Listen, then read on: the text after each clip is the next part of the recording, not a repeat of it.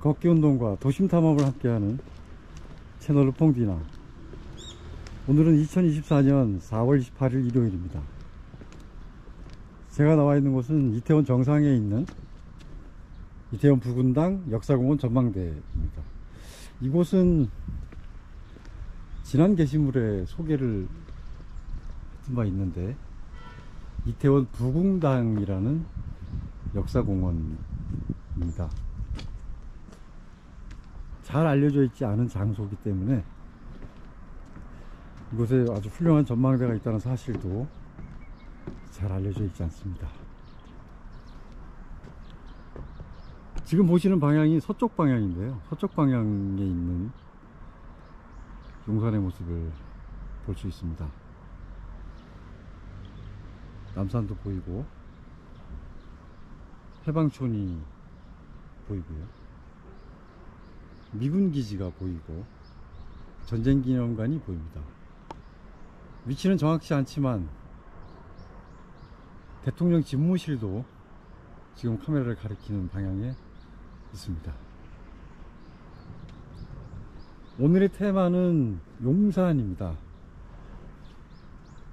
용산에 관련되어 있는 이야기, 또 사료를 준비하다 보니까 정말 차고 넘칠 정도로 굉장히 많은 스토리가 있더라고요.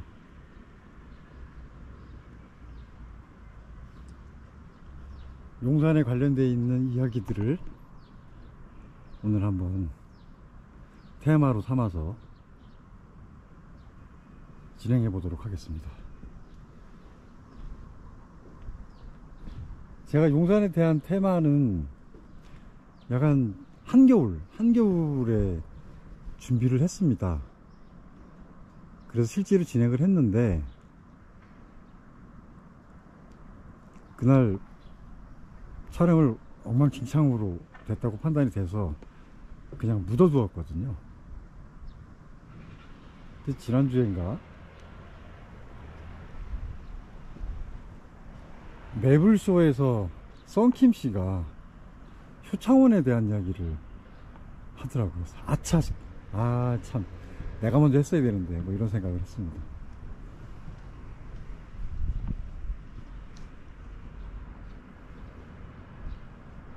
지금 현재 이태원은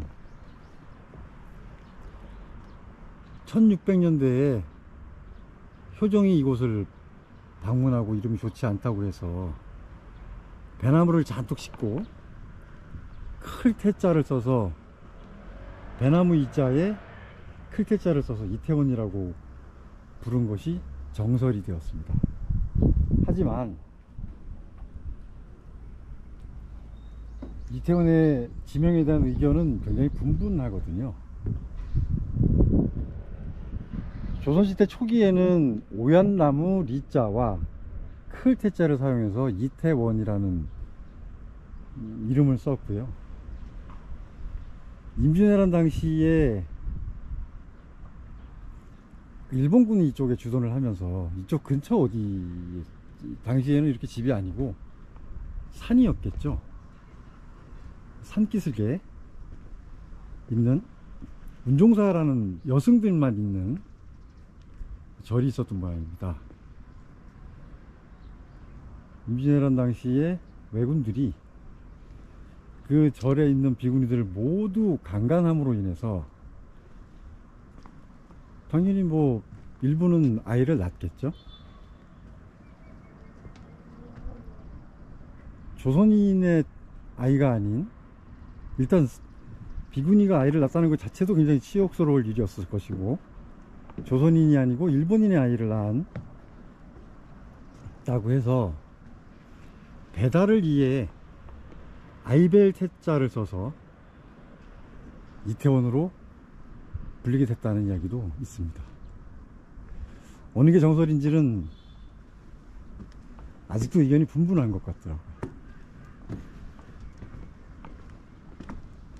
이태원 부근당은 지난 게시물에도 제가 소개를 했는데, 우리 그러니까 오래전 옛날에는 그 마을마다 마을을 모시는 신령들이 있다고 생각해서 마을 어귀에 어디인가는 사당을 두었거든요. 이태원의 안위를 해결하는 신전이 모셔진 곳이 바로 이곳입니다. 이태원 부군당입니다. 또 한 가지 지난번 게시물에도 소개를 다시 또 했듯이 이태원 정상에 있는 부군당에는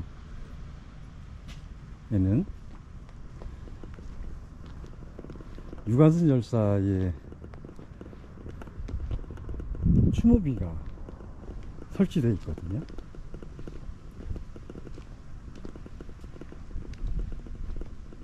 한번 볼까요?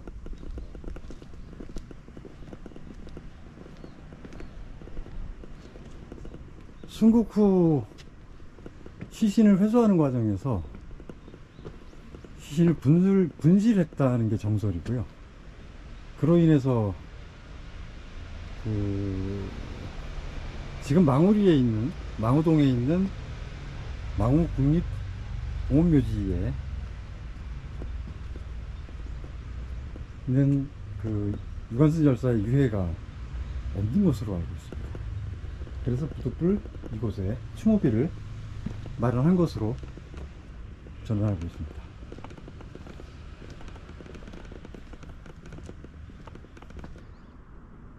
정면에 보이는 단독주택을 중심으로 두고 오른편 언덕 너머가 대한민국 최고의 부촌입니다.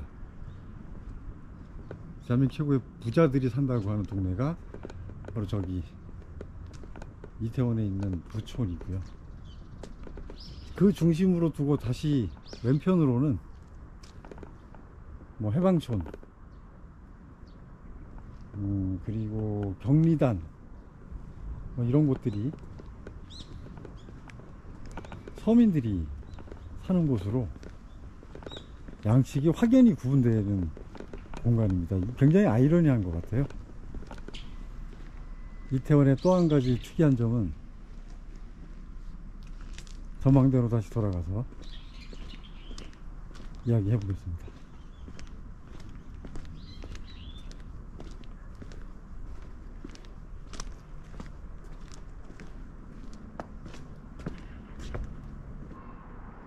전망대에서 바라본 숲이 울창한 부분이 과거 미군 기지였습니다.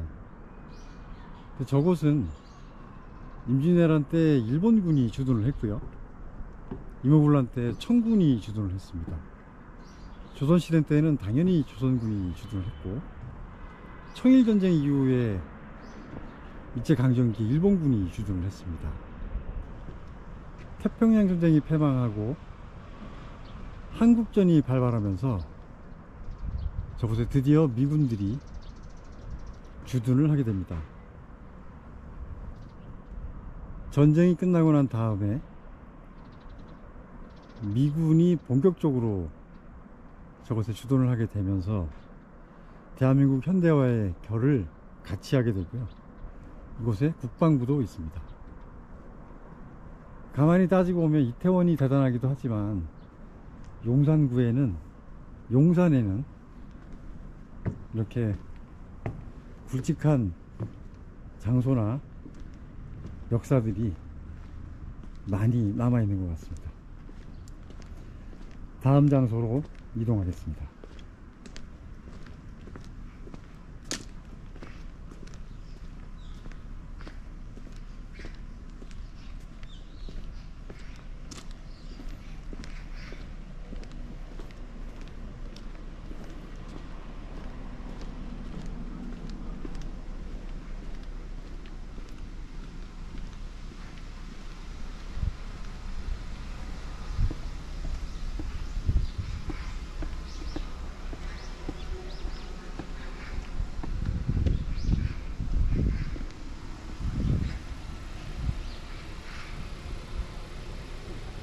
부군당공원을 중심으로 저쪽 편은 대한민국 최고 부호들이 산다는 부촌이 되겠고요.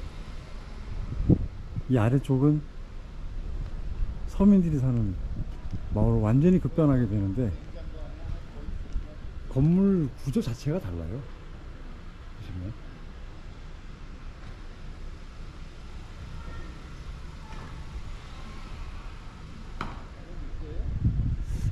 투표 장소를 이용할 텐데 삶의 모습이 완전히 정반대인 이태원입니다.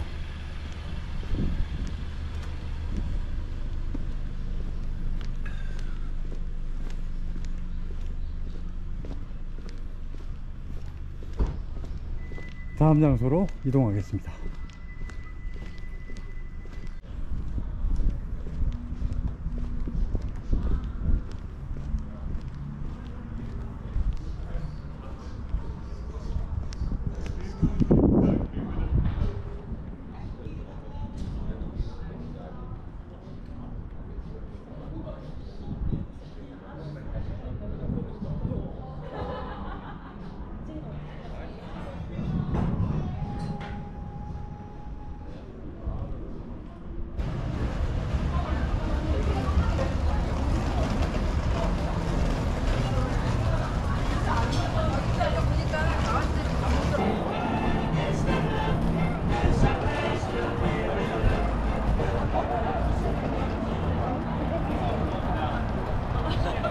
맨날 무슨 얘기하는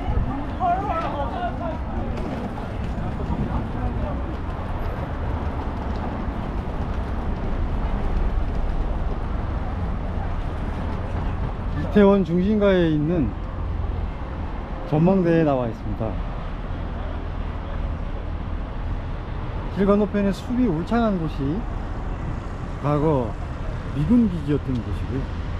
그 탓에 이곳은 미군이 주둔하기 시작하면서 퇴근 후에 소비 생활을 즐기는 거리로 초창기엔 철저히 외국인만, 미군들만 있던 거리로 활성화되기 시작합니다. 그로 인해서 지금 여기서 보이진 않지만 건너편에 한 100m쯤 우측에 이태원 시장이라는 곳에 미군 PX에서 빠져나온 물건들이 공급이 되기 시작하고, 대한민국 최초로 깡통 시장이라고 할까요? 그런 시장이 형성이 돼서 미국 제품들이 시장에 풀리기 시작합니다. 그러다가 1980년대 중반이 넘어서면서 미국 문물에 대한, 서양 문물에 대한 호기심이 많은 젊은이들이 이태원을 하나 둘씩 모여들기 시작하면서 이쪽이 클럽 같은 거로 개방을 하기 시작하죠. 당시에 춤을 잘 추거나 노래를 잘하는 친구들이 이곳에서 자기 재능을 발휘하고 기획사에서 스카웃을 해가서 그 연예인으로 키우기도 했는데요. 그 대표적인 사례가 소태지, 양현석 이런 사람들이 대한민국의 80년대 이후에 그 젊은 문화의 태동을 여기서 시작했다고 합니다.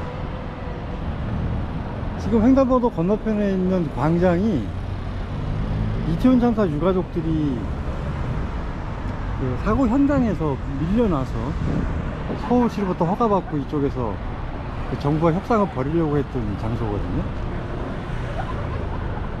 그 당시 제가 이 현장을 몇 번 왔다 갔다 했는데 사실 굉장히 충격적이었습니다. 사진으로 몇 장 남겨뒀는데 반대편의 의견을 갖춘 사람들이 저렇게까지 플랜카드를 내걸고 할 수 있을까라는 충격을 받았고, 그 다음에 유가족들도 생각보다 추모하는 사람보다 추모하는 사람 못지않게 그걸 음해 공작하려고 하는 사람들이 많이 왔었던가 봐요.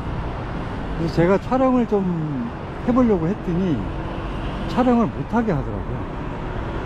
어떤 트라우마 같은 게 있었던 것 같습니다. 그 장소는 결국은 물러나서 지금은 시청 앞에 조그마한 천막 속에서 시위를 하고 있습니다. 다음 장소로 이동하겠습니다.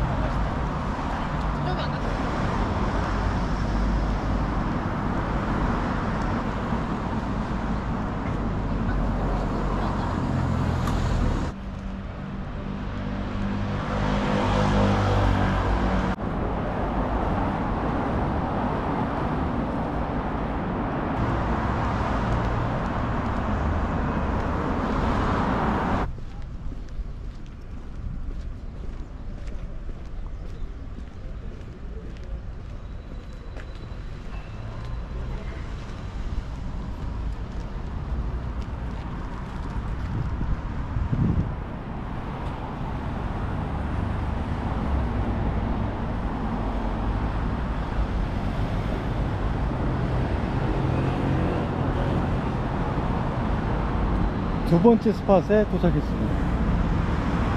용산은 대한민국을 대표하는 굵직하고 거대한 시설들이 꽤나 많이 있습니다. 건너편 쪽에 대통령 집무실이 있고요. 그 다음에 반대편 쪽으로 이태원 끝자락 한담동에 대통령 관저가 있습니다. 미군 부대와 국립중앙박물관, 전쟁기념관, 대한민국 최초의 국민묘지격인 효창공원, 백범기념관, 국방부 각국 대사관 밀집이 되어 있고요. 용산 전자상가와 용산역이 있습니다. 고맙습니다. 아, 예. 이쪽에 근무하고 있는 이동입니다를 근무하는 조사하는 선생입니다. 혹시 이 촬영 뭐 어떻게 진행하는지? 뭐 어떻게 해요? 카메라 가지고 하지. 아, 그러세요? 혹시 뭐 이쪽에 뭐 행사가 있어서 오신 건가요? 아니요. 그냥 개인 유튜브 오신 건가요? 여행 블로거예요. 여행 블로그요? 걸어가면서 여기에 뭐가 있는지, 그리고 뭐 여기에는 역사가 뭐가 있는지 그런 거 설명하는 거죠. 저희 그러면은 안내 요거 잠깐 해도 될까요? 이쪽에는 보안시설에 와있고 보안 문제 때문에 촬영을 이걸로 하시면 안 돼서 이쪽은 전쟁기념관 있고 저희가 볼 수 있는 곳이잖아요. 이쪽은 가능하시니까 그거에만 대해서 좀 협조 좀 부탁드립니다. 아, 예, 여기로 이렇게 지나갈 거예요. 감사합니다. 네네, 수고하세요. 네. 네.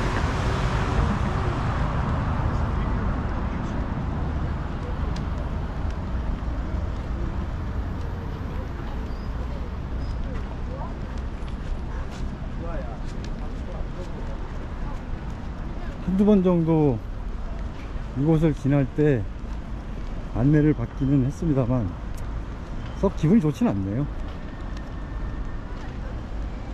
뭐 하지 말라는데 안 해야지.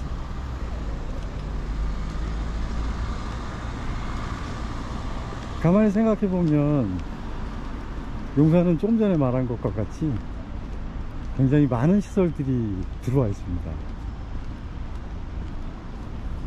이태원에 대사관들이 와장창 모여 있고요.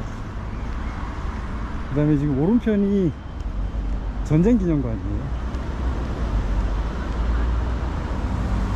그리고 왼편이 대통령 관저와 국방부 건물인데 그 건물 뒤쪽이 한국 국립중앙박물관이 있습니다. 그리고 최초의 국립묘지격인 효창공원이 용산구에 있고요. 그리고 용산역, 한국 전자산업의 메카인 용산 전자상가 등등 해서 굉장히 많은 시설들이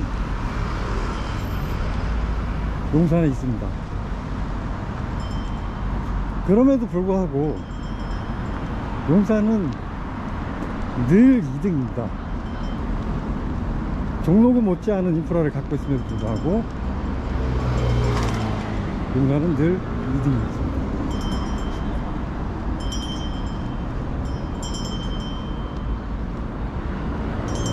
전쟁기념관 앞을 지나고 있습니다.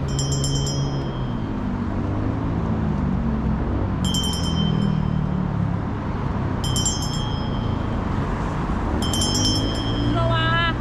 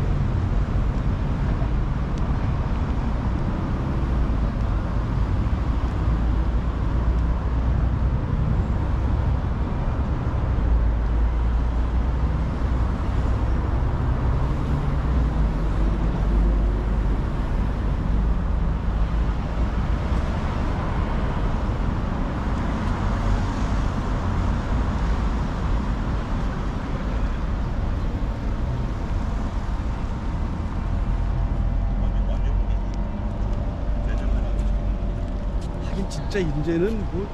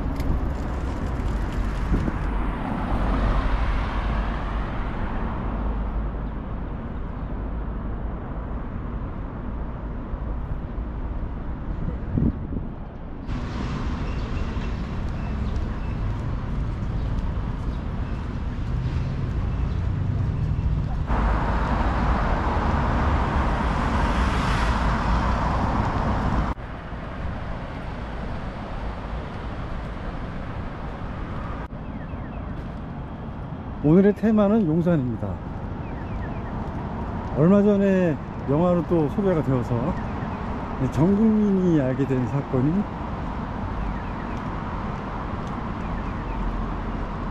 남영동 대공분실 박통철 열사 고문치사 사건. 그 장소는 일전의 게시물에도 역시 소개를 했습니다만 용산 테마에 한 번 더 넣어봤습니다. 오늘 이곳을 방문한 이유는 지금 이곳이 민주인권기념관으로 이름이 확정이 되고 2024년 중에 재오픈을 한다고 공지가 있었거든요. 근데 공사가 얼마큼 진행이 됐는지 보기 위해서 방문을 했습니다.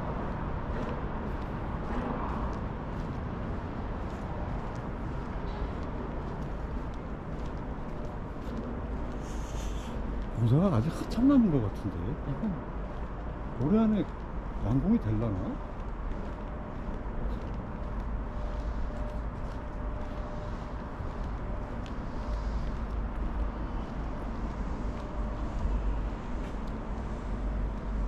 민주인권기념관 건립공사.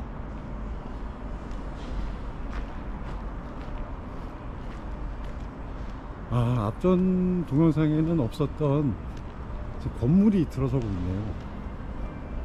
새로 건물을 짓고 있구나. 여기가 원래 뭐라 그러죠? 풀밭 정원? 아무튼 마당이었거든요. 지금 굉장히 크게 건물을 짓고 있네요. 이런 건물이죠.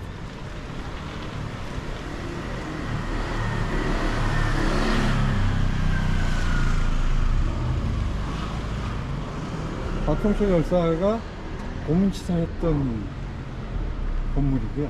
이게 지금 새로 지어지는 건물인가 봅니다. 박통철 열사 고문치사 사건은 민주화 열기에 기름을 들이붓는 기폭제 역할이 돼서 완전히 나라가 발칵 뒤집어지는 현상이 있었죠.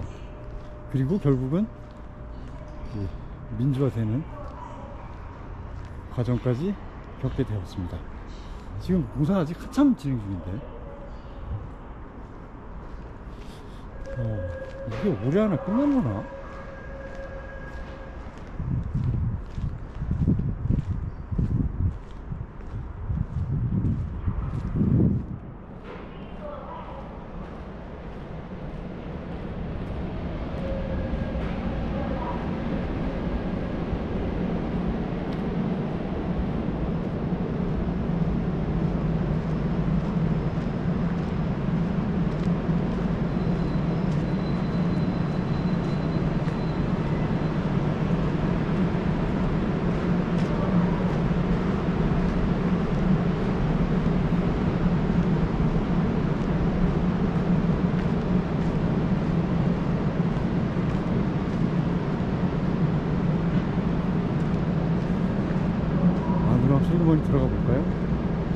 물건이 들어오긴 했는데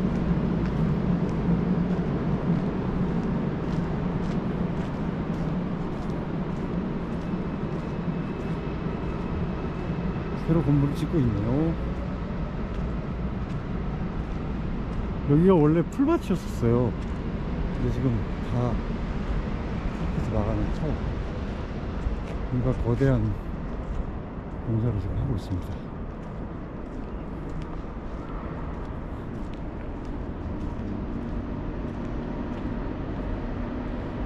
공훈치사 사건의 현장인 저 검은색 건물의 창문도 다 지금 떨어져 있고 내부도 지금 아주 철저하게 잘 준비하고 있는 모양입니다. 예.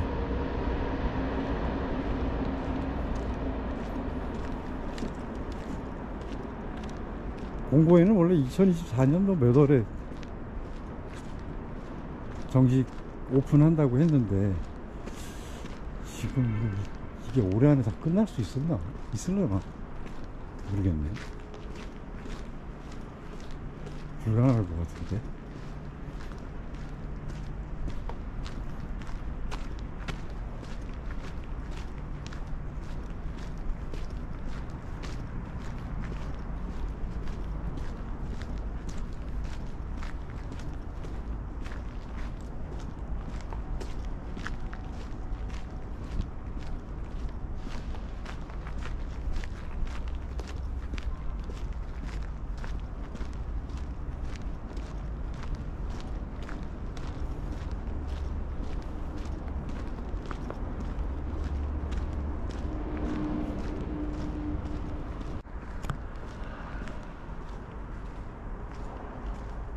담벼락과 철조망이 당시 남영동 대공분실의 위세를 느끼게 해줍니다.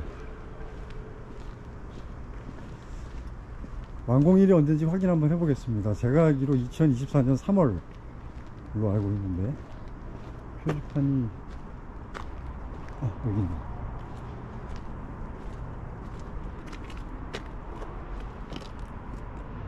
2024년 3월 지금 4월인데요 한참 모른 것 같죠? 일전에도 소개를 했듯이 2023년 4월이었어요 지금 1년이 연장됐는데 또 늘어나고 있네요. 여기서 사망한 박종천 열사가 그 영화에서 보면 중대병원 의사에게 사망진단서를 받고 그게 신문에 흘려지면서 결국은 이 사건이 그 세상에 알려지고 그로 인해서 민주화 열기가 완전히 거세져서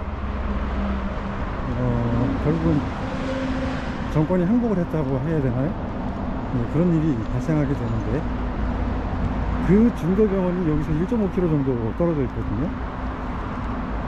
오늘의 테마인 용산과 중요한 관계가 있는 장소이기 때문에 다시 한번 가보도록 하겠습니다. 다음 장소로 이동합니다.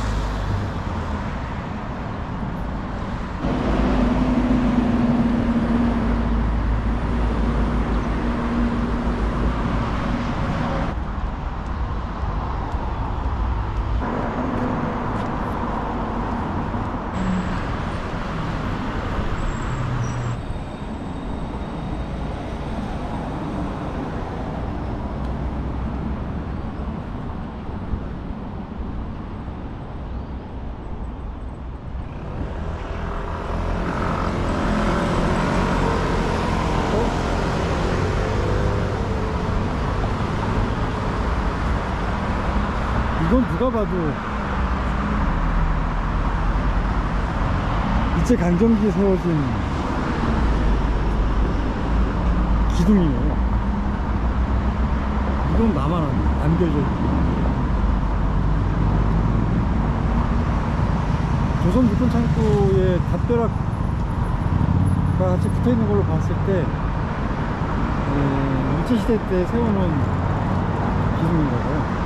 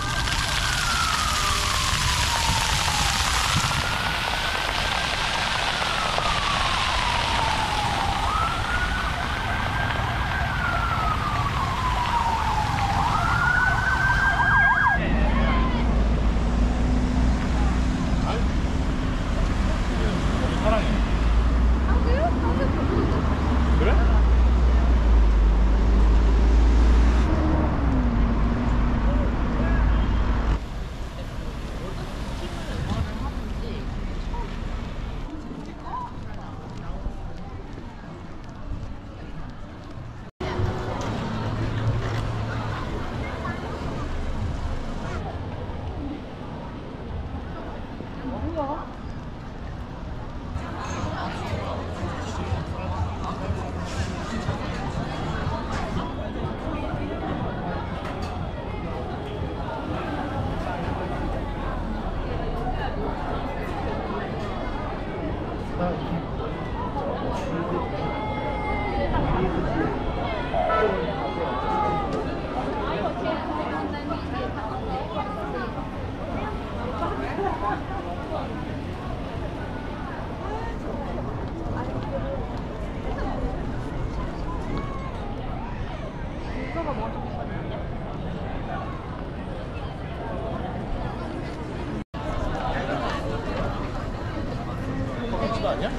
커피튀김 왜 여기 있어? 엄마한테?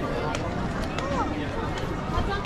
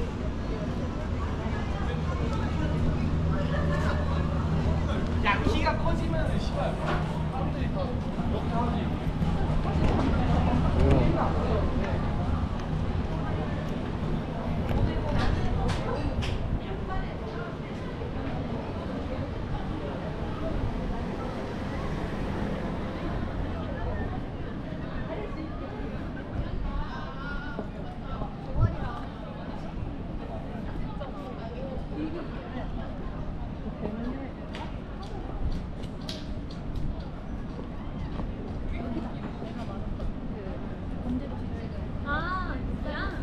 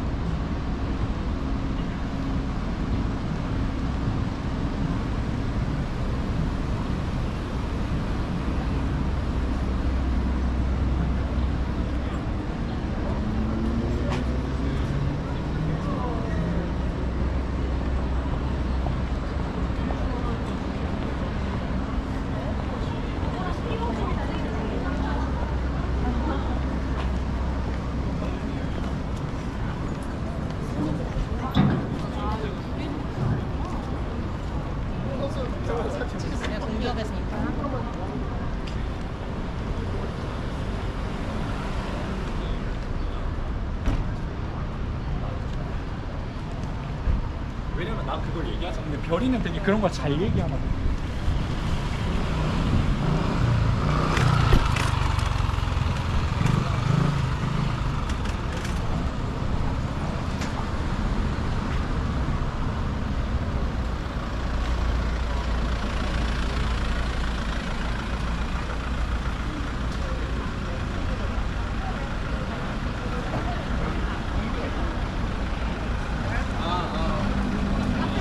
한국 올리야 했잖아.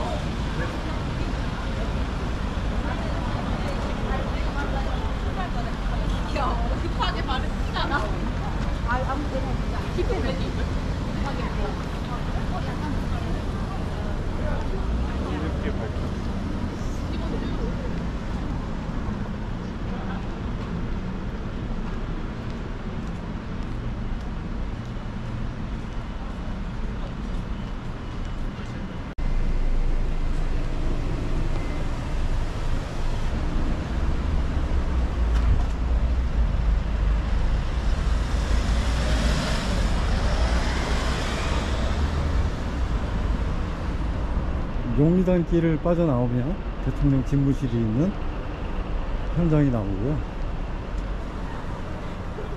2시간만 놀 수 있다는 어린이 정원도 정면에 보입니다.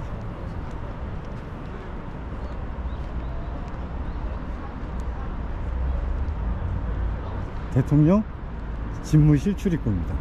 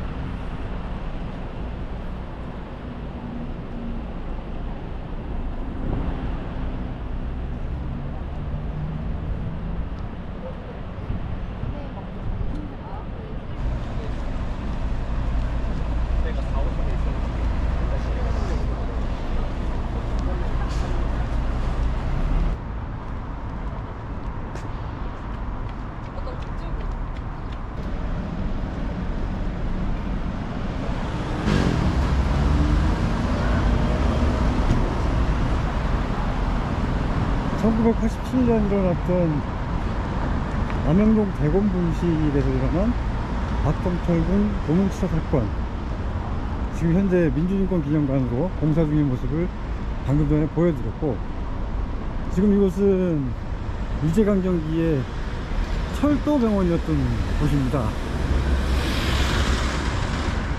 앞선 게시물에도 한번 소개를 해드렸는데, 지금 남영동 대공분실에서 여기까지가 거리가 한 1.5km 정도밖에 안 될 거예요.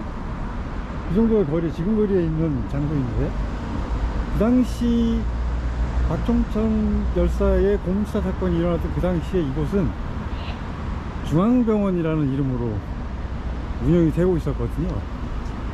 이곳에 있던 의사가 남영동 대공분실로부터 불림을 받고 가서 사망 진단을 내린 의사가 파견됐던 병원이 바로 지금 현재 용산 역사 박물관이라는 이름으로 개관을 해서 운영이 되고 있습니다. 이렇듯이 용산은 대한민국의 굵직한 사건들이 많이 얽혀져 있고 굵직한 장소들이 상당히 많은 곳입니다. 박종철 열사의 고문치사 사건의 사망 진단을 내렸던 중앙병원의 현장을 봤습니다. 다음 장소로 이동하겠습니다.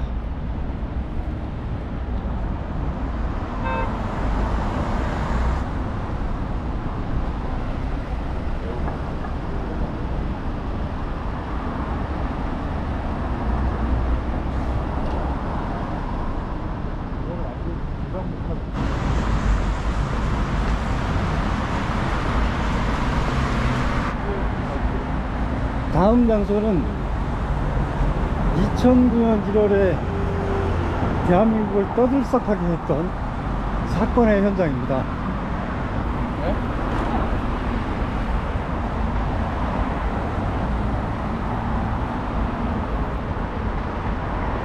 길 건너편에 크게 보이는 건물이 용산역입니다.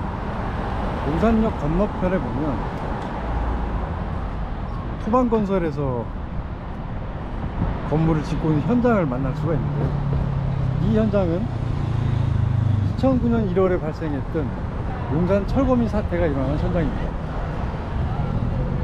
용산의 남일당 건물이라는 곳이고요, 전국 철거민 연합이 농성 중에 경찰의 과잉 진압으로 인해서 6명이 사망하는 대형 사고가 발생했습니다. 그때 TV로 전달되어 온 그 사건 현장을 보고 굉장히 충격을 받았던 기억이 있습니다. 그 후 6명이 사망한 이후에 국가인권위원회는 과잉 진압을 인정했고요. 경찰청 인권침해 사건 진상조사위원회와 법무부와 감찰 과거사위원회가 수사기관의 무리한 진압과 편파적인 수사를 인정하고 철거민과 유족들에게 공식 사과를 권고했습니다. 개발이라는 미명하에 강제 철거라는 법조항으로 인해서 많은 사람들이 삶의 터전을 잃고 변두리로 쫓겨나는 그 현상이 과거에는 어마어마하게 많았고 2009년에 이 사건을 끝으로 더 이상 이런 일이 발생하지는 않는 것 같습니다. 하지만 이 사건은 아직 끝나지 않은 것 같고요. 왜 우리는 늘 이런 큰 사건을 겪고 나서야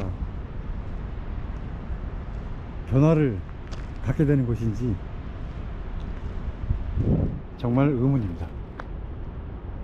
오늘은 용산이 테마이기 때문에 용산에 관련된 장소와 현장들을 소개하고 있습니다. 다음 스팟으로 넘어가겠습니다.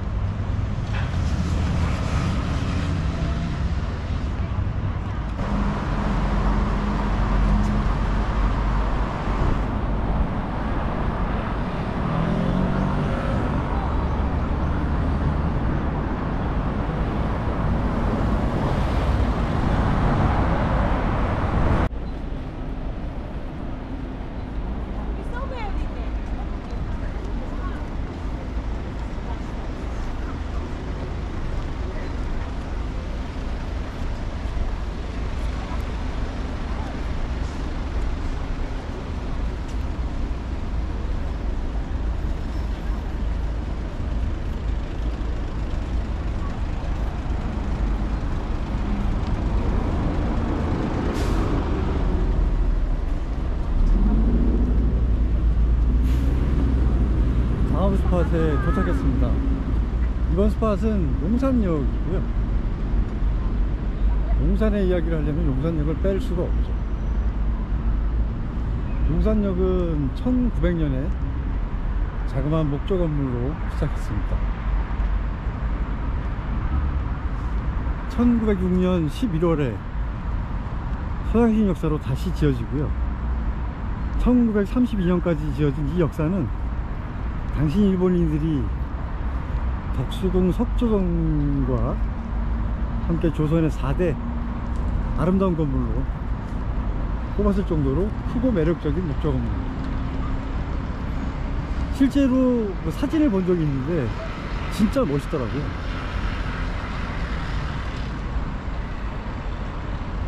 역할이나 규모나 상황으로 봤을 때 서울역에 절대 뒤지지 않는 규모였으나 서울 중심을 약간 벗어난 탓에 늘 2등의 자리를 지키고 있었다는 용산역입니다. 지금 걸어온 이 꽃밭은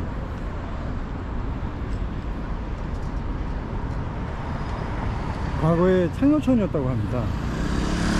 여기가 창녀촌이었던 이유는 휴가를 나온 군인들이 전부 용산역을 통해서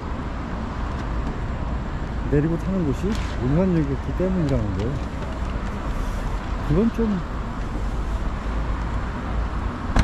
믿거나 말거나 사료를 뒤지다 보니 그런 내용이 있어서 소개를 해드렸습니다.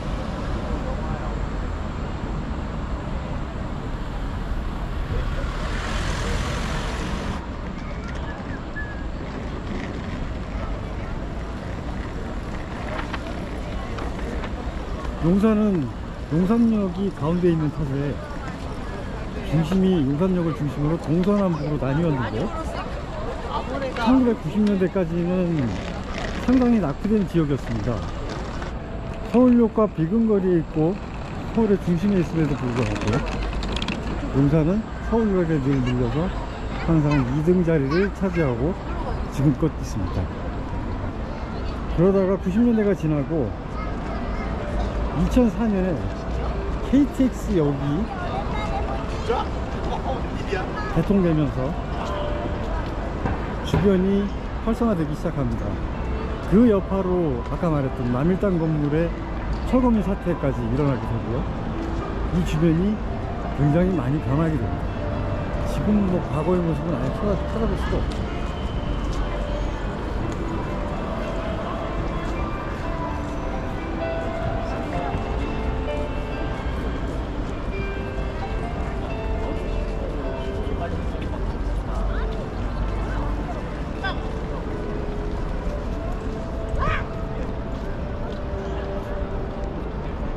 다음 스팟으로 이동하겠습니다.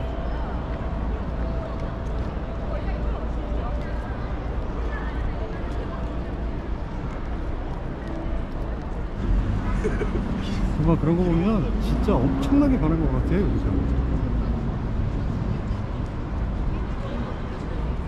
과거의 모습은 아예 찾아볼 수가 없어요.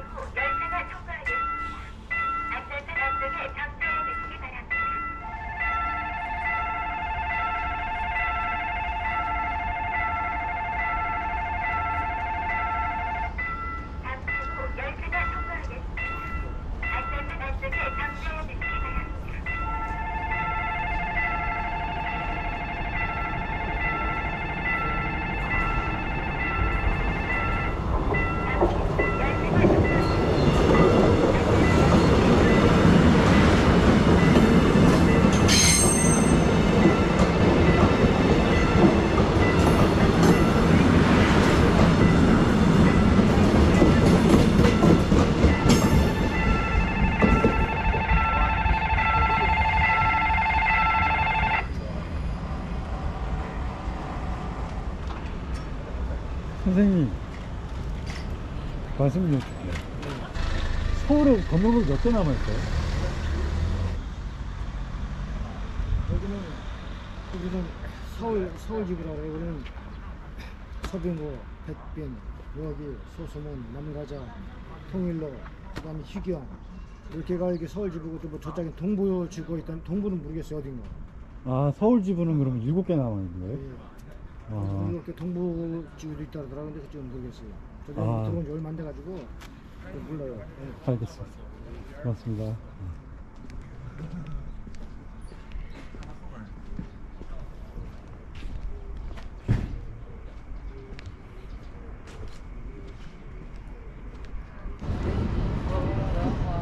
2천동에 있는 건널목의 이름이 돈지방이거든요.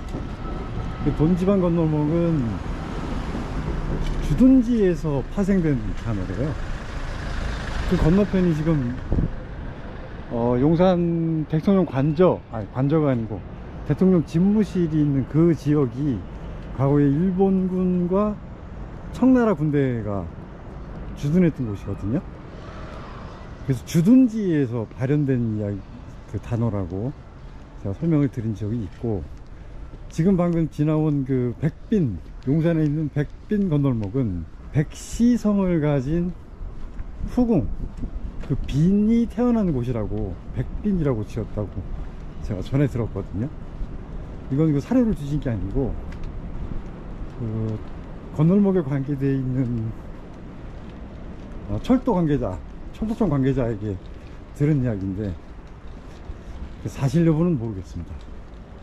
근데 아무튼 여기에 그 백시성을 가진 그 후궁이 태어난 곳이라고 해서 백빈이라고 이렇게 지었다고 전에 들었고, 그 다음에 방금 전에 들으셨듯이 서울 지구에만 7개의 건널목이 아직 남아있고, 거기에 보태자면 그 7개 지구의 건널목 주변에 대다수가 아파트가 들어섰거든요. 그래서 데모를 심하게 한답니다. 건널목 치우라고. 아니, 자기들이 이사 와놓고 왜 건널목을 치우래? 이사 오지 말든지. 세상 참 모르겠습니다. 어떤 게 옳은지. 건널목은 늘 그 자리에 있었잖아요. 그냥 자기들이 이사를 온 거지. 근데 왜 건널목을 치우려는 거야?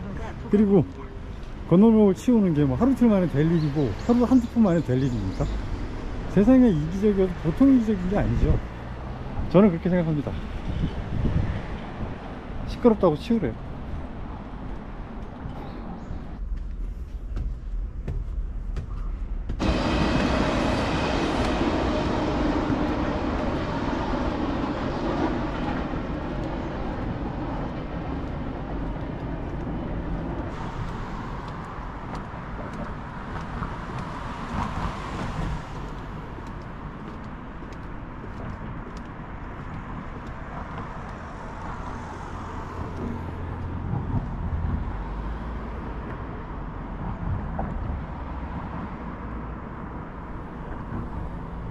기차가 지나가는 모습을 한번 보도록 하겠습니다. 때마침 KTX가 한 대 지나가는 것 같은데요.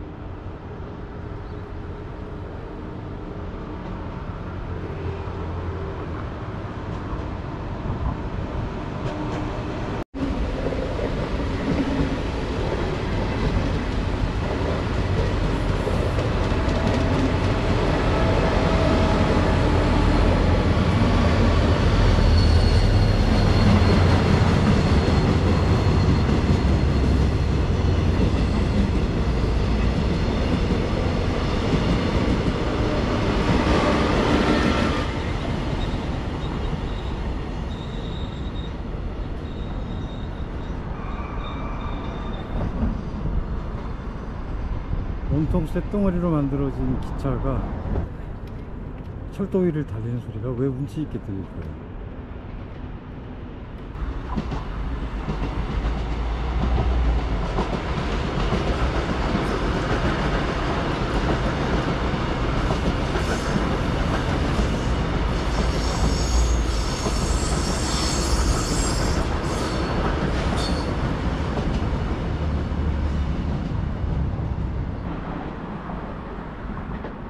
건너편에 보이는 절도 아니고 교회도 아닌 묘하게 생긴 저 건물은 천주교 새남터 순교 성지교회입니다.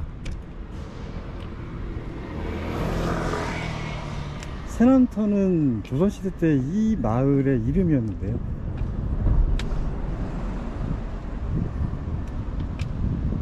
군사들의 연병장으로 사용되기도 했고 다른 용도로는 중재인의 처형장으로도 사용되어 왔던 곳의 이름이 새남터입니다. 그래서 여기가 새남터 처형장 또는 새남터 사형장 내지는 새남터 순교지 뭐 이렇게 불리는데요, 저 건물은 천주교 전래 200주년을 기념해서 1984년에 시작을 해가지고 3년 만에 완공이 된 조선시대 천주교 신자들이 신자한 한강교회 새남터 순교자 교회입니다. 천주교인들에게는 굉장히 큰 성지 같은 장소이기도 합니다. 이곳에서 성 안드레아 김대건 신부도 처형이 됐는데, 그가 이곳에서 처형된 것은 이곳이 아까 말한 대로 처형장이었기 때문이거든요. 처형장을 알리는 알림석이 저기 있습니다. 그거를 보고 한번 보도록 하겠습니다.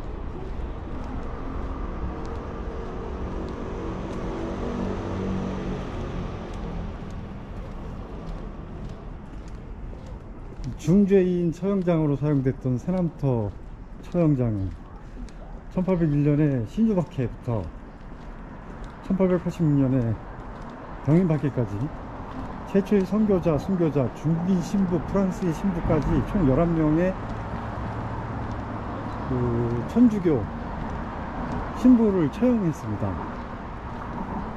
또 다르게는 당시 조선시대 때에는 두 군데의 큰 처형장이 있었는데, 사형장이 있었는데, 하나는 소서문 공원 쪽에 있는 조선의 대표적인 사형장과, 그리고 용산역 부근, 지금 용산역 부근 이 새남터에 있던 처형장이 두 군데가 있었거든요. 소서문 공원 근처에 있던 처형장은 일반인 중범자, 일반인 범죄자들의 처형을 했던 곳이고, 새남터 처형장은 중범죄자로 다루는 처형장이었습니다.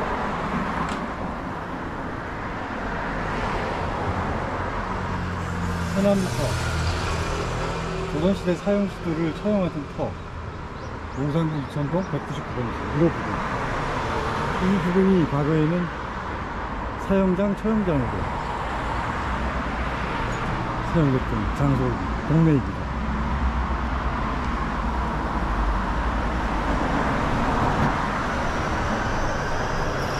오늘은 용산이 테마이기 때문에 용산에 관련된 이야기를 안 할 수 없죠.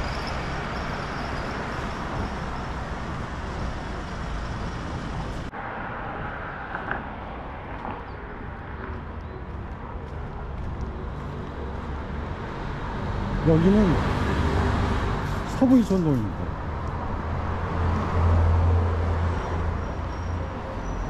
서부 이천동은 지금 보시다시피 강변에 있음에도 불구하고 건물들이 매우 오래된 건물들이 질비하게 있습니다. 건물 한번 돌아볼까요?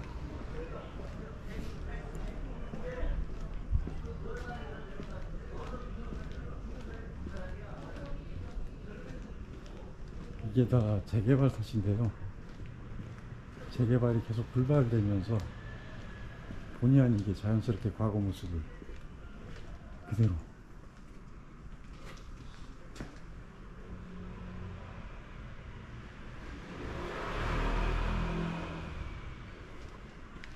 고스란히 갖고 있습니다.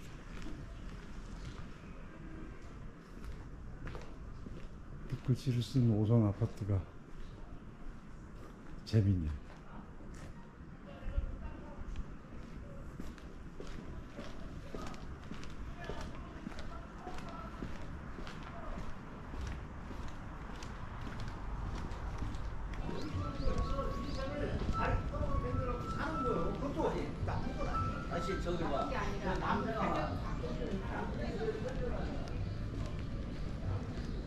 용산은 문헌에 따르면 고려 후기부터 이곳에 용이 나타났다고 하네요. 그래서 용산이 되었다는 설 하나.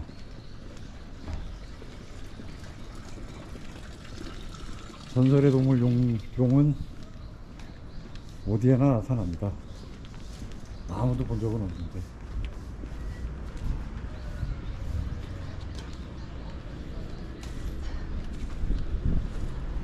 그리고 두 번째 설은 용산에서 마포로 넘어가는 언덕이 있는데 조그마한 야산이죠. 야산의 고갯길이 구불구불 용처럼 형상을 갖고 있다고 해서 용산이라는 설. 둘 다 말이 안 되죠. 용이 있을 수가 없고 산길은 언제나 구불구불 하지 않나요?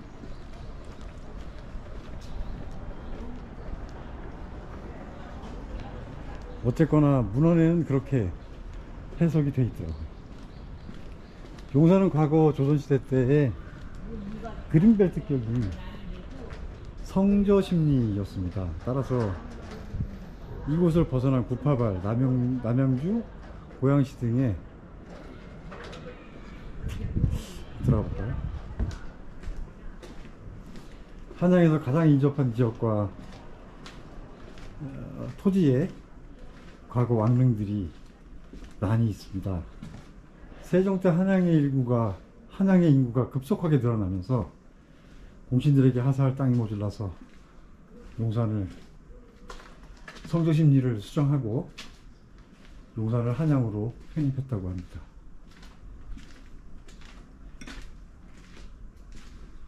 아주 오래된 골목이네요.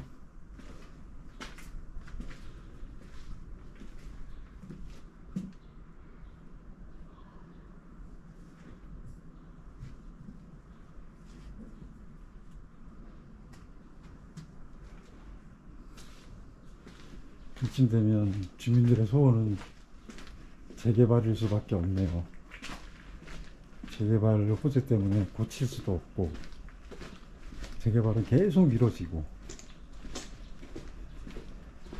그런 상황으로 보여집니다. 자, 용산에 대한 얘기로 다시 돌아가서, 용산은 대한민국의 28,000여 개의 법정동 중에 두 번째로 동이 많은 72개의 동을 가지고 있습니다. 다른 지역에 비해서 상당히 동수가 많은 곳이고요. 그리고 용산역을 중심으로 동서남북 한약의 다른 모습의 삶을 살고 있는 사람들의 동네가 있는데요. 첫 번째로 동북부 쪽의 한남동과 이태원동은 대한민국의 최고 거대 부호들이 산다는 곳이고, 서부와 북부 남영동과 해방촌 쪽은 정반대의 서민들이 사는 곳입니다. 남부는 동부 이천동과 서부 이천동으로 나뉘는데 양쪽 다 극명하게 삶의 질이 다릅니다. 굉장히 독특한 구조의 삶의 모습을 가지고 있는 용산 지역의 모습입니다.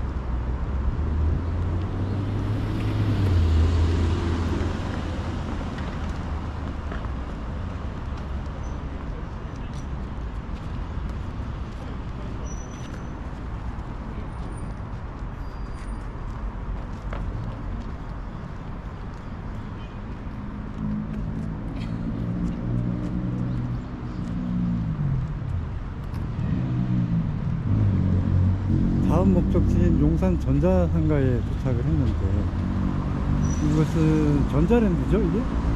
전자랜드인데 매트리스 매장,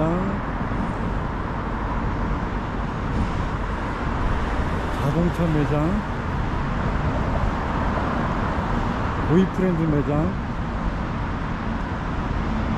전자랜드가 아닌 것 같아요. 그것은 한국의 전자산업이 그만큼 퇴화기를 겪고 있다는 의미가 될 것 같습니다. 이번 목적지는 용산 전자상가입니다.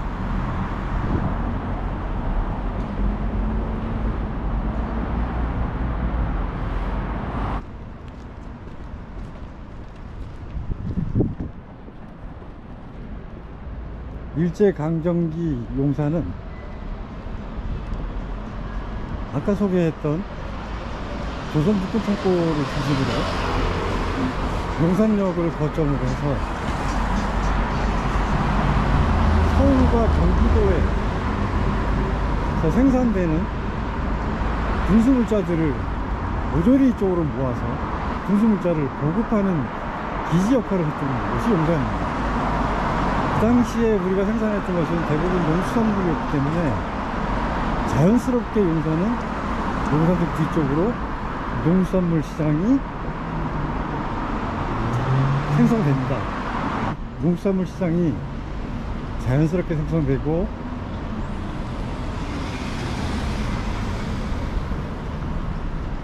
가만히 따지고 보면 일제강점기에 용산이 그런 역할을 했기 때문에 이곳에 농수산물 시장이 자연스럽게 형성된 것으로 보입니다. 그걸 그대로 물려받은 셈이 되겠죠. 1985년 이전에 용산 전자상가는 농수산물 시장이었습니다. 1985년 가락동 농수산물 시장이 개장을 하면서 전부 이전을 하고 이곳은 전자상가로 변화하게 됩니다. 전자상가 부흥기 김대중 정부 시절에 IT 산업 육성 정책으로 인해 가지고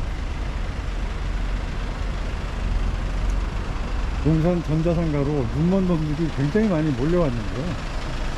그로 인해서 이 전자상가에 약 5,000군데의 업체가 있었고 시장이 온라인화되고 가격 노출이 심화되면서 전자상가 자체가 완전히 완화되는 현상을 겪게 되고 엎친 데 겹친 격으로 2004년에 용산 KTX 민자역사가 개장을 하면서 그 큰 건물에 전자상가가 들어섰거든요. 그쪽으로 대부분의 고객을 빼앗깁니다. 그로 인해서 전자상가의 퇴화는 가속화되고 지금은 거의 유명무실하게 빈 가게만 그대로 남아있는 형태로 다소 흉물스럽습니다.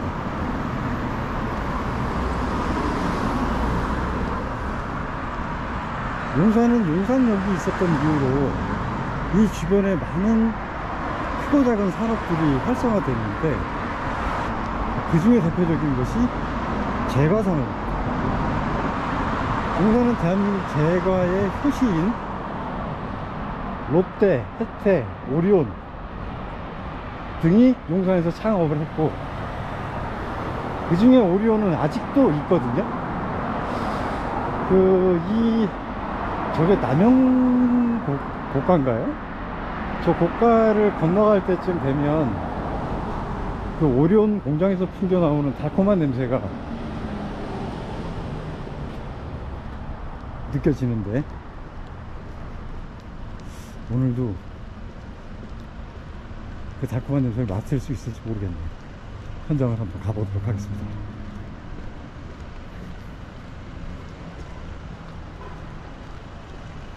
(2000년) 초반 김대중 정부에서 추진한 IT 산업 육성 1가구 1PC 그리고 PC 통신 등의 아주 거대한 물결이 용산을 강타하면서 정말 여기 이 시장이 어마어마했거든요. 용산에서 못 구하는 물건이 없고 못 만드는 물건이 없으면 뭐 대단했던 기억이 있습니다.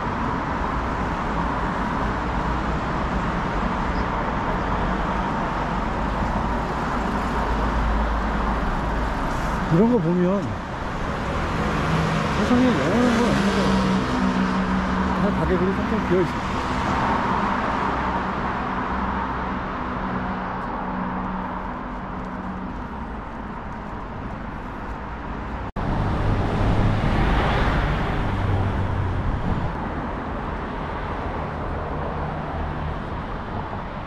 목천 고가차도 정상에 오르면 무리온제가에서 뿜어내는 달콤한 향기가 늘 느껴졌는데 오늘은 어떨지 모르겠습니다. 한번 가보겠습니다. 무리온제가가 지금도 있는지 모르겠고.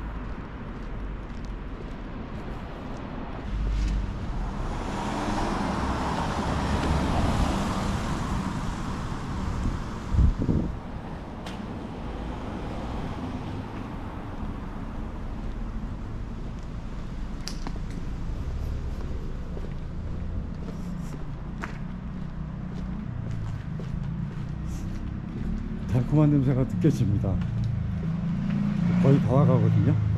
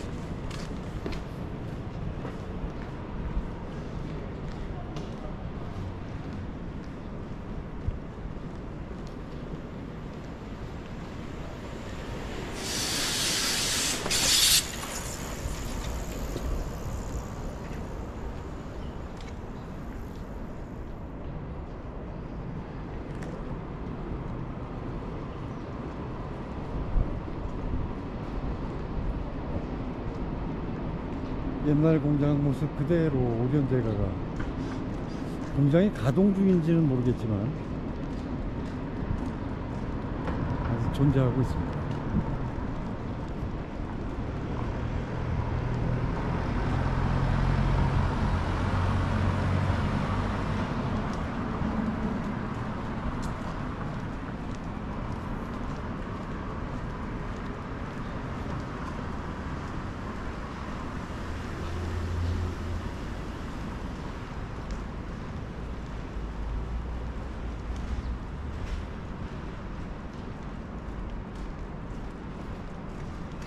초코파이가 오리온 건가?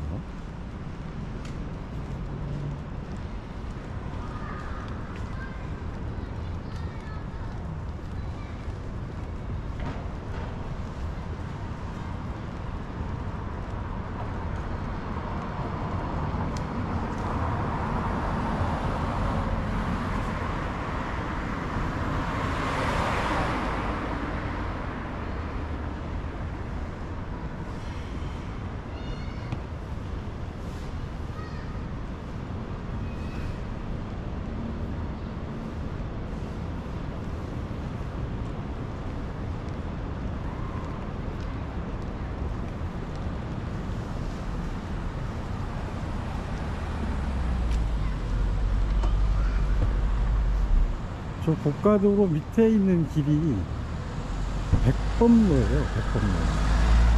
여기서 효창공원이 한 500m 남짓 될 거예요. 그래서 백범로까지 가는 그 효창공원까지 가는 길을 백범로라고 그 칭하는 것 같더라고요. 오늘의 마지막 스팟인 효창공원과 이봉창 열사의 추모관을 방문하도록 하겠습니다.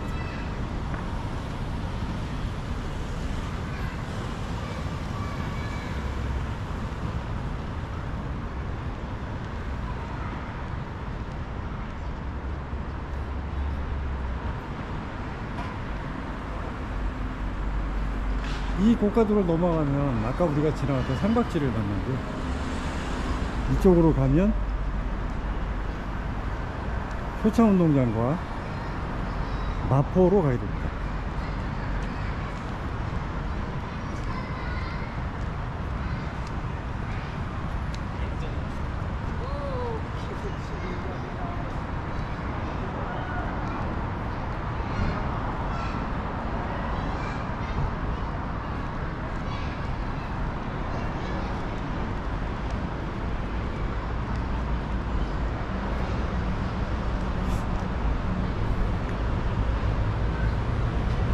이게 언제적 건물일까?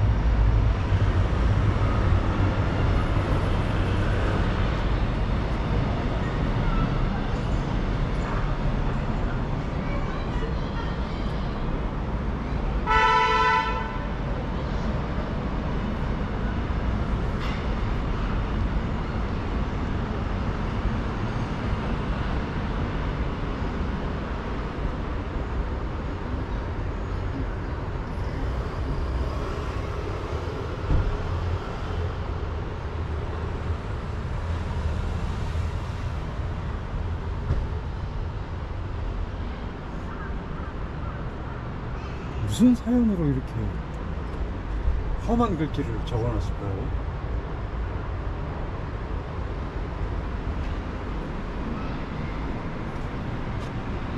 단순히 내용으로만 보면 도저히 이해 안 가는 글귀인데, 세상은 참 다양한 사람이 삽니다.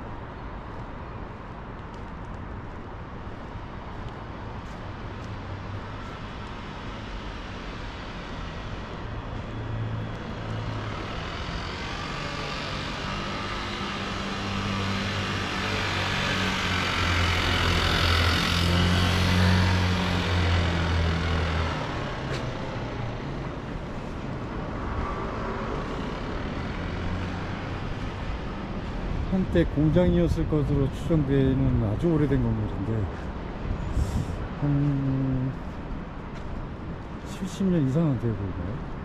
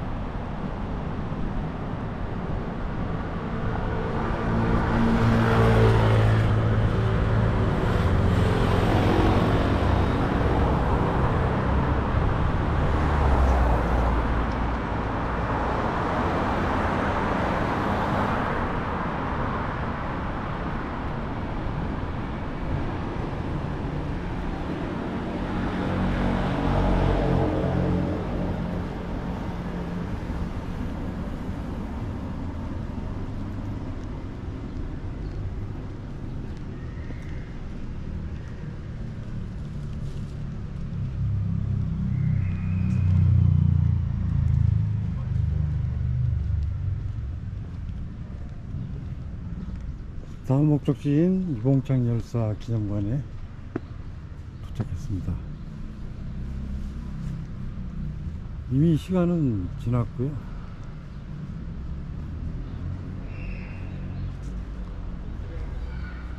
뭐 너무 많이 알려진 훌륭한 분이니까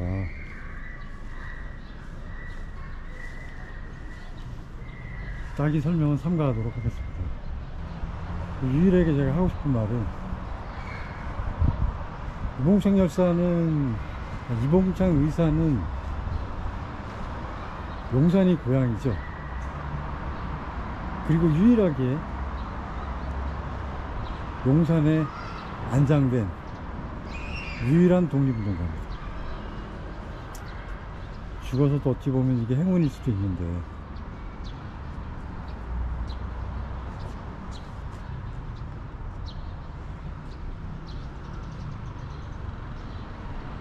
효창공원역에서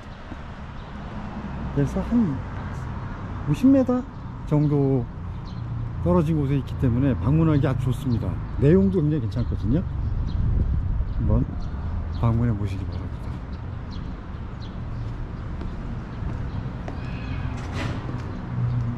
다음 목적지인 효창운동장과 효창공원을 향해서 가겠습니다.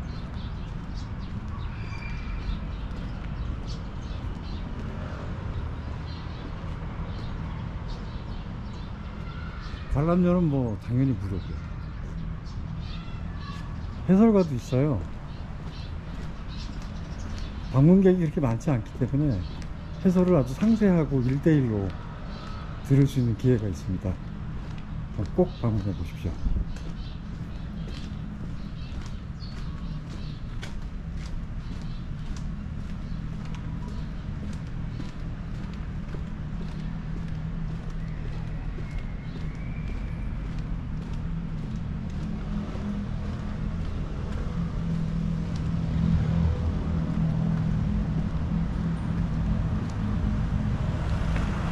이봉창 의사 기념관도 효창공원역에서 근처에 있고, 뭐 당연히 효창공원 앞이니까 지하철역이, 여기서 이곳에서 한 500m 정도로 올라가면 효창운동장과 김구선생 기념관과 그리고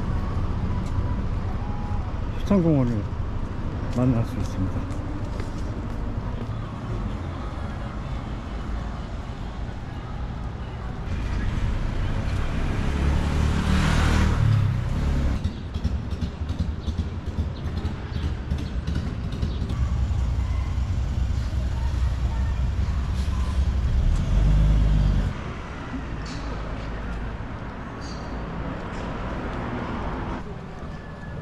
효창공원 가기 전 효창운동장을 먼저 만났습니다. 지금 이 담벼락이 효창운동장의 담벼락인데, 효창운동장은 1990년에 AFC 아시안컵을 개최하기 위해서 건립을 했답니다.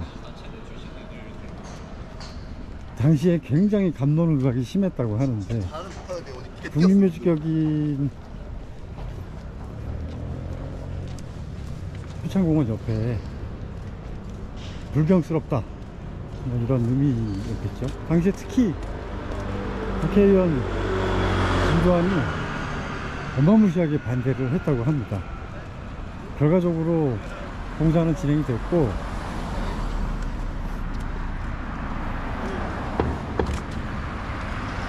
1960년 한국 대표팀이 이스라엘, 대만, 베트남을 따돌리고 우승컵을 거머쥐었다고 합니다. 당시는 최대 규모의 운동장이었고요. 그 경기를 보기 위해서 3만석이 정원인 이 운동장에, 경기장에 약 10만 명의 관중이 몰렸다고 하고, 지금은 바뀌어 있지만 그 효창운동장의 옆이 야산이거든요. 그 김구기념관 있는 곳도 야산이었고요. 거기까지 사람이 들어차서 사실은 사람의 숫자를 셀 수가 없었다고 해요. 그만큼 국민적 열기가 어마어마했고요.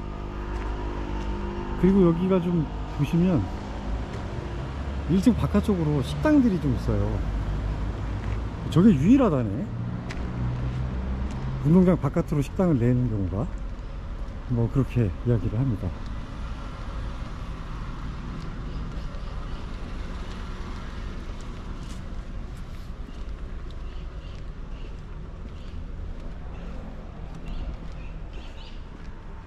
말했다시피 효창운동장을 마주보고 있는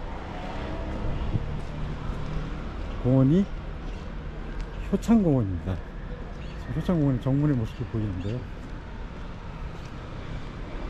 사실은 효창공원이 아니고 효창원이 맞고요. 효창공원은 일제가 강제로 만든 이름이었습니다. 공원화 시켜버린 거죠. 조선왕조의 22대 왕 임금인 정조의 장남인 문효세자의 묘가 있는 자리입니다. 지금은 물론 옮겼습니다. 옮기고 조성스럽고 번창하라는 뜻으로 효창원이라고 이름을 지었다고 하네요. 1944년에 고양시 서삼릉으로 별자리는 옮겼습니다. 그리고 일제강점기를 맞아서 이곳이 어마무시하게 변화를 겪게 되는데, 이곳이 소나무가 울창했던 산이었고, 일본군에서 의미로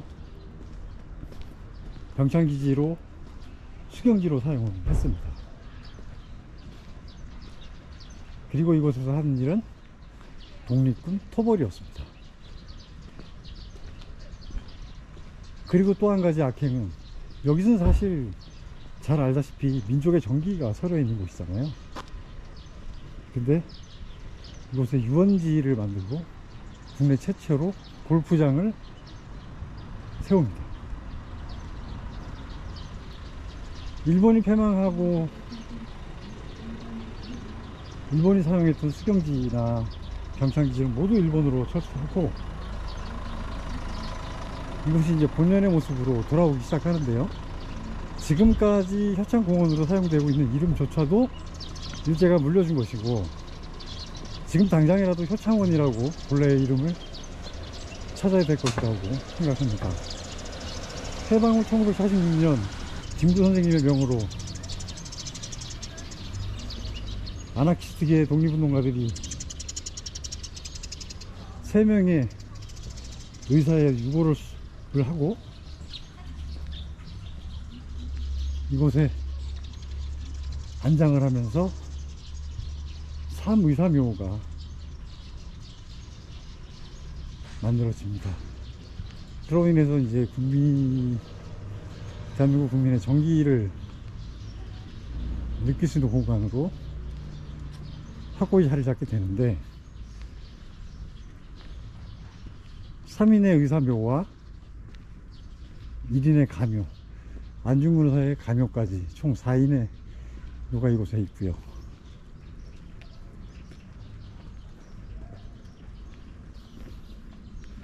(1949년) 사망한 암살된 백범 김구 선생님도 지금은 저기 묘지문이 닫혀 있는 걸로 봐서 관람 시간이 끝난 것 같습니다. 국민장으로 백범 선생님이 여기에 모셔져 있습니다. 2002년 김대중 정부 말기에 지금 보이는 저 건물 백범 김구기념관이 설립이 됐고요. 2005년에 노무현 대통령 임기 시절에 효창운동장을 철거를 하고 그 자리에 효창민족공원이라는 타이틀의 공원을 만들려고 했습니다만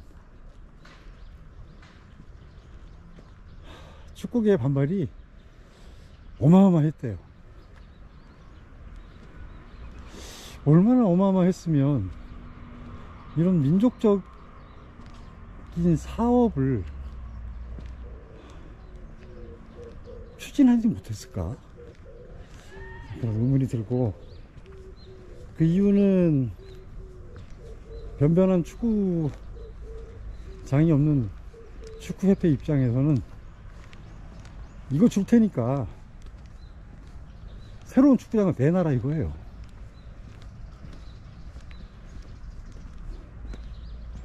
노무현 대통령은 뭐 고민을 했겠죠. 아니 노무현 대통령만 고민한 게 아니라 뭐 당시 뭐 대통령의 성향상 덮어놓고 밀어붙이는 스타일은 아니고 여론을 잘 이끌어서 사업을 추진하려고 했으나 결국은 흐지부지 되고 말았습니다. 백봉기념관은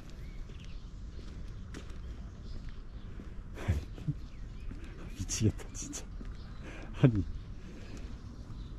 기념관 내 흡연을 누가 했던 사람이 있나 보지? 여기다 누가 텐트를 쳤나 보지?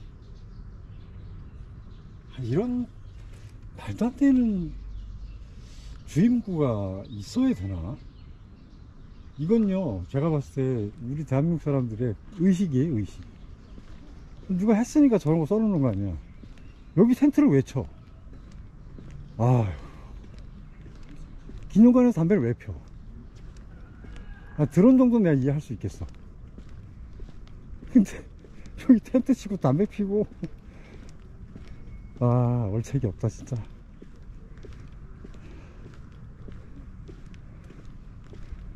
나도 앵간히 꼴초지만 저거 보는 한 2시간은 참을 수 있겠네.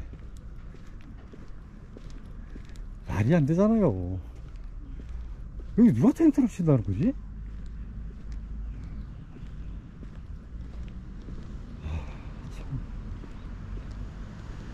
지금 여기가 지금 협창 운동장이 흔히 보이거든요. 여기서 보면. 그러니까 1960년에 그 열렸던 그 AFC 아시안컵 경기 당시에 운동장 안에 3만석이 있는데 10만 명이 들어갔고요. 그리고 이 야산에 무수히 많은 사람들이 올라와서 봤대요, 경기를. 그래가지고 경기를 본 사람이 도대체 몇 명인지를 셀 수가 없었대요. 그러니까 추정하건대 지금 10만 명만 추정을, 안에 있는 사람만 추정을 한 거고, 바깥에서 구름대 같이 모여서 봤던 사람들은 아예 산출이 안 된 거예요.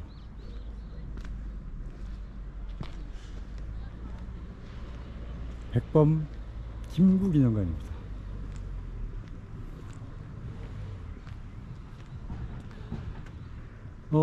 참고로 지난번 그게 아마 1월인가 그랬을 거예요. 용산을 계획하고 테마로 삼고 계획해서 이제 한 바퀴 돌고 이렇게 주절주절 했는데, 그때는 너무 흥도 안 나고 형편이 안 돼서, 형편없어서 그냥 동영상을 말씀드린 대로 지금 보관하고 있나 모르겠네. 그때도 마찬가지로 여기를 들렸어요. 그래서 이제 카메라를 들고 들어갔죠. 동영상 촬영이 안 됩니다 그러더라고요. 나오면서 제가 생각을 좀 했습니다. 뭐 순수 제 입장이지만 주관적인 생각이고 늘 느끼는 건데, 왜 이런 기념공간을 동영상 같은 걸, 사진은 되는데 동영상을 촬영을 하지 못하게 할까? 이런 의문이 굉장히 사실 들었습니다. 그래서 나오면서 투덜거렸던 거를 녹음한 게 있는데 아직도 잘 이해는 안 가요. 저런 곳은 내가 맨날 하는 말로 개나 거리나 고동이나 뭐 다 들어가서 그냥 고마워하고 느끼고 그걸 기록으로 남기고 누구에게 전파하고, 그런 것을 하는 곳이 바로 이런 기념관들이나 역사관들 아닐까요?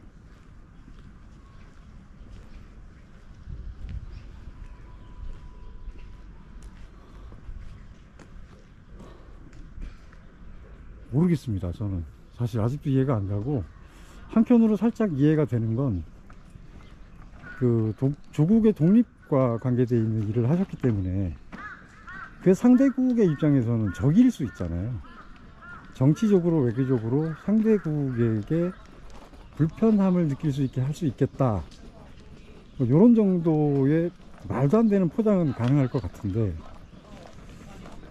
그렇다고 우리의 독립운동사가 정당하지 않은 건가?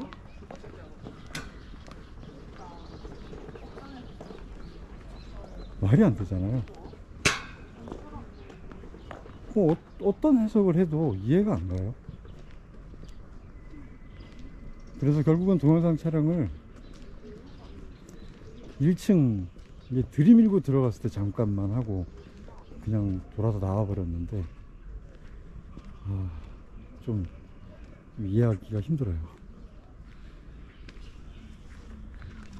김구 선생님 기념관 바로 앞에 이봉창 열사의 동상이 모셔져 있습니다.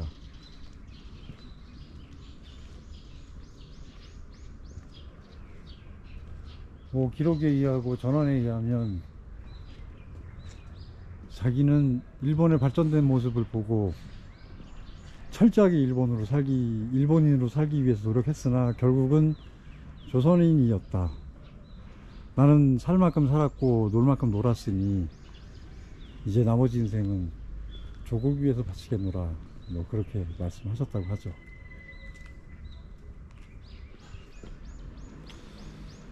누차 이런 곳을 오면 말씀드리지만, 내가 그 시대의 저 입장이었으면 어떻게 했을까?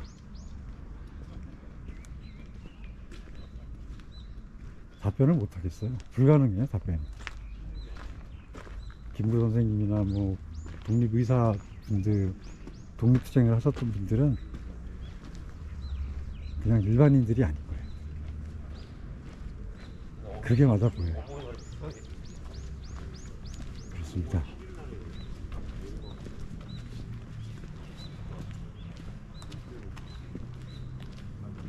이 앞에 있는 큰 길이 효창공원로거든요. 그리고 바로 밑에 있는 사거리에 있는 길이 원효로예요. 눈치채셨겠지만 이 효창공원, 효창원이라고 하겠습니다. 효창원 제일 꼭대기에 원효대사가 모셔져 있습니다. 동상이 있고, 그 연유로 이곳은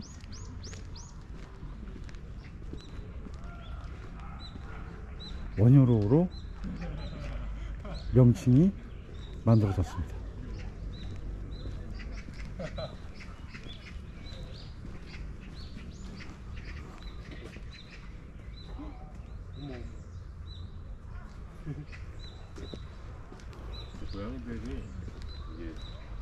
너무 늦게 도착해서 김구 선생님의 묘까지는 가보지는 못했고요.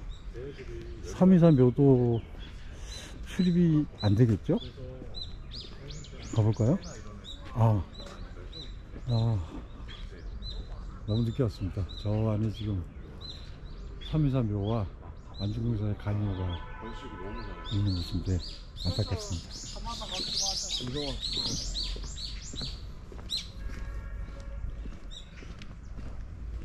말대로 소나무가 많네요.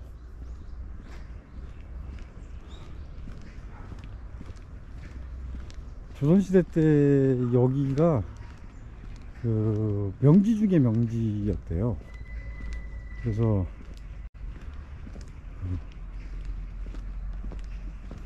이것을 그 효창원을 만들고 굉장히 흡족해 했다고 그렇게 기록에 나와 있더라고요.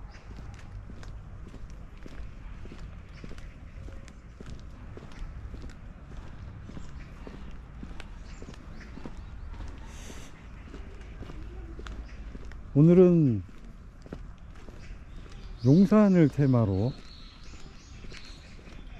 하루 만에 돌아볼 수 있는 코스들의 스토리를 담아서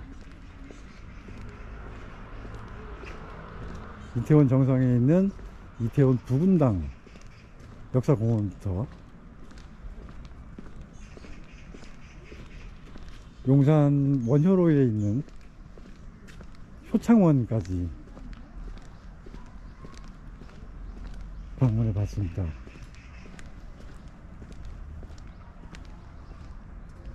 고양이가 쫓고 있나 본데.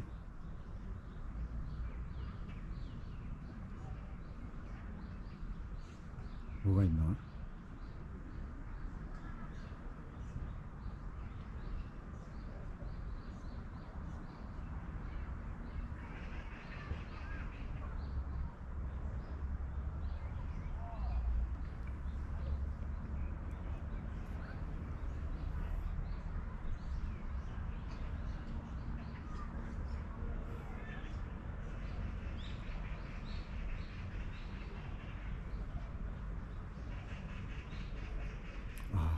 비둘기.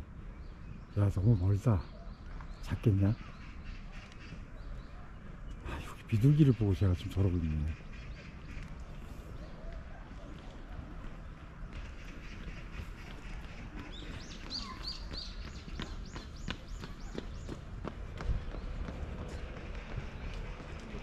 나보고 신경 쓰지 말고 갈 길 가라는데? 쳐다도 안 보네.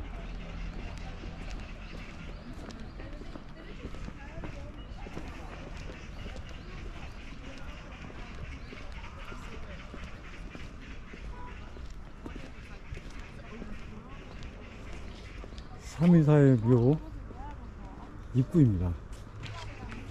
문이 굳게 잠겨 있네요.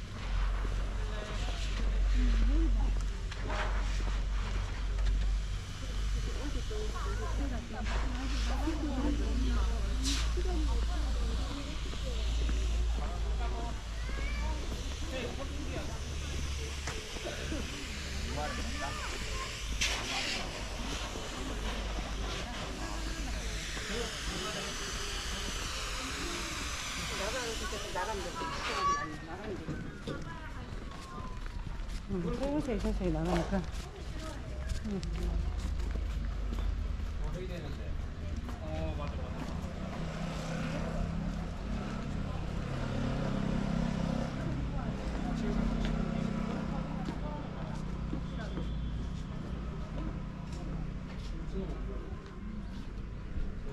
아, 지금 왔어.